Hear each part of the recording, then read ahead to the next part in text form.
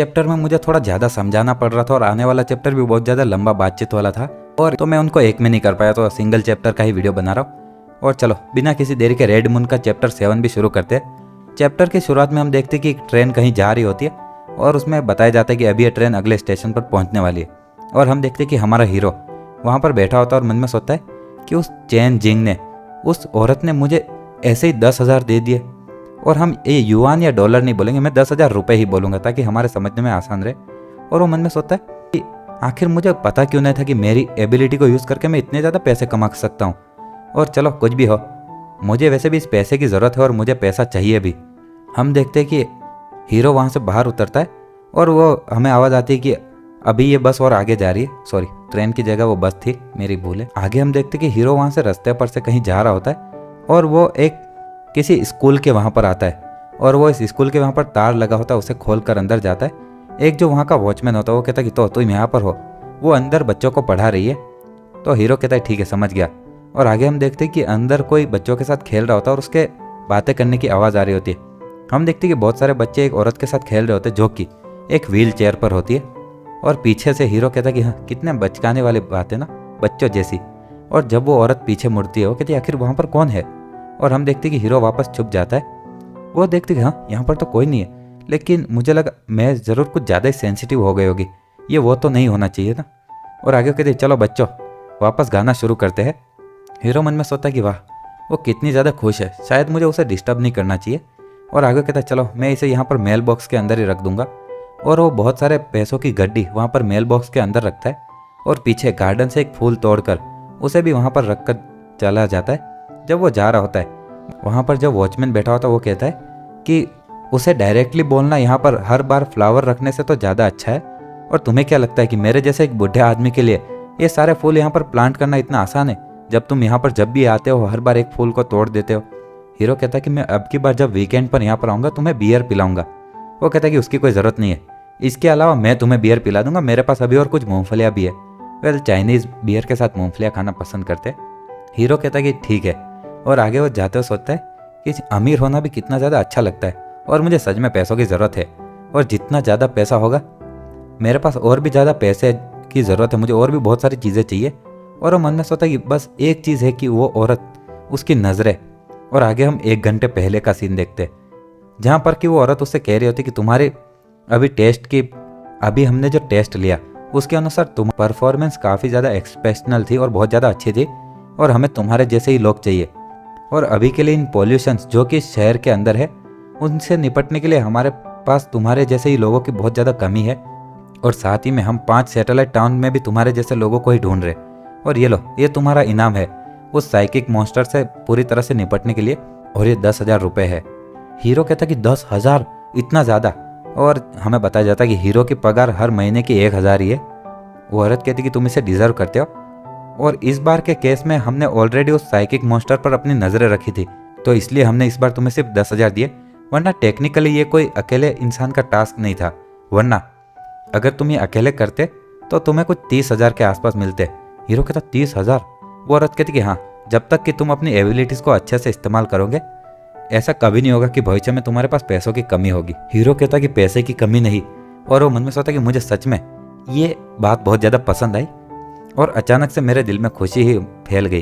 और वो औरत उसे देखते हुए मन में सोचती कि इसको पैसा पसंद है, चलो तो इससे इसके ऊपर की मुसीबत का लेवल हम थोड़ा % कम कर सकते। और आगे हीरो कहता 1 मिनट रुको, मैं तुमसे एक चीज़ क्लैरिफाई करना चाहता हूँ, और वो भी इस चीज़ के बारे में जो कि तुमने अभी अभी कहा। ये सच है कि मैं हमेशा से बहुत ज़्यादा पैसा कमाना चाहता था, लेकिन मुझे तुम्हें एक चीज़ बता देनी चाहिए। एक्चुअली मेरे पास कोई एबिलिटीज़ है ही नहीं। मेरी ताकत तो मेरी छोटी बहन से मैंने उधार ली थी, और जिसने मेरी मदद की थी तब वो मेरी छोटी बहन थी और वो हमेशा मेरे साथ में होती है। और नहीं, सिर्फ वही नहीं, मेरे पेरेंट्स भी, हम सभी लोग साथ में मिलकर आराम से रह रहे इतने लंबे समय से। वो कहती क्या?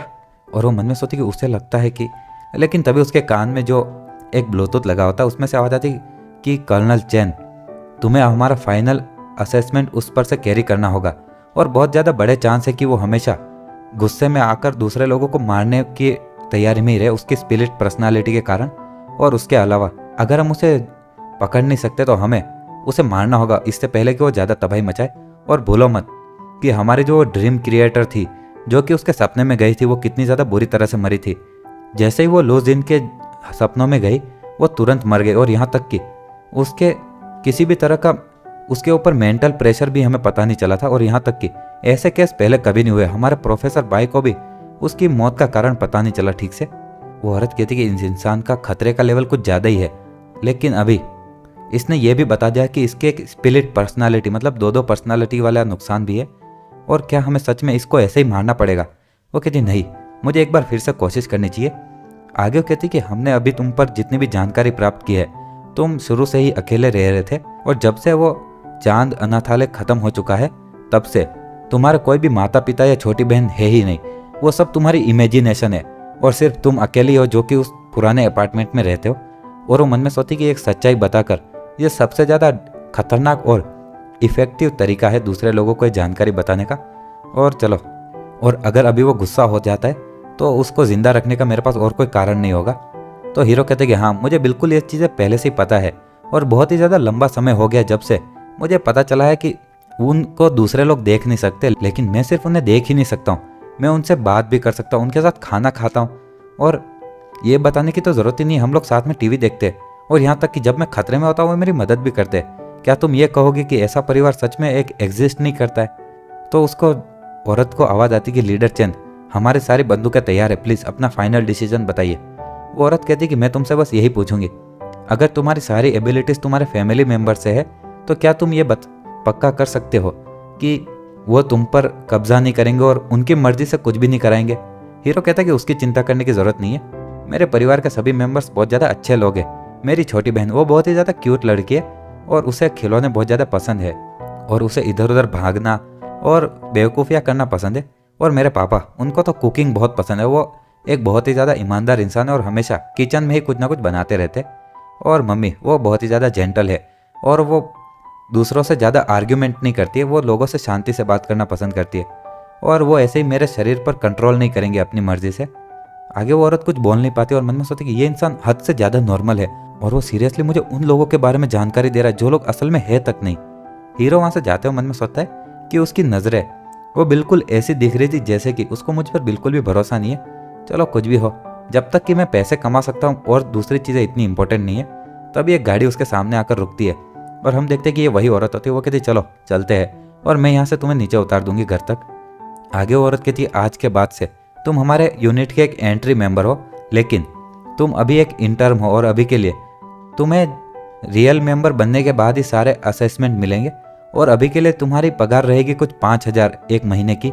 और इसके अलावा अगर तुम ड्यूटीज़ पर जाते हो तो तुम्हें और भी पैसे मिलेंगे, और अगर तुम हमारे ग्रुप को ज्वाइन करने के लिए तैयार हो तो इस पेपर पर साइन कर दो। और हीरो देखते हो मन में सोचता है कि चलो मैं इंटर्म पीरियड में भी 5,000 कमा सकता हूँ, तो चलो ना, मेरा तो फ़ायदा ही है। आगे वो कहता है कि चलो, तो मैं जानना चाहूँगा कि आखिर मैं भविष्य में क्या करूँगा। वो औरत कहती है कि तुम इन्वेस्टिगेट करोगे और स्पेशल पॉल्यूशंस को मारने का, क्लीन करने का काम, दूसरे शब्दों में तुम इस शहर को बचाओगे। और हाँ, मुझे उम्मीद है कि तुम अपने आप को पूरी तरह से तैयार कर लोगे, क्योंकि तुम्हें जो प्रॉब्लम्स को फेस करना वो बहुत ही ज़्यादा खतरनाक हो सकती है, और उसके अलावा इसमें हमेशा मरने का भी डर है, और तुम राक्षसों का एक हिस्सा भी बन सकते हो। लेकिन हमारे यहाँ के शहर के आम लोग, उनको भी रेड मून इंसिडेंट के बाद से रक्षा की ज़रूरत है, और इन लोगों में हम तुम्हें भी शामिल रखते हैं, तो तुम्हें भी रक्षा की ज़रूरत ही है। और चलो, इसी के साथ ये चैप्टर भी यहीं ख़त्म होता है। अगर आपको वीडियो पसंद आती है तो लाइक, शेयर एंड सब्सक्राइब करना। और हमें पता चला है कि हीरो का वो परिवार असली नहीं है, या फिर असली है, क्योंकि हम कुछ कह नहीं सकते, तो ये तो हमें बाद में पता चलेगा।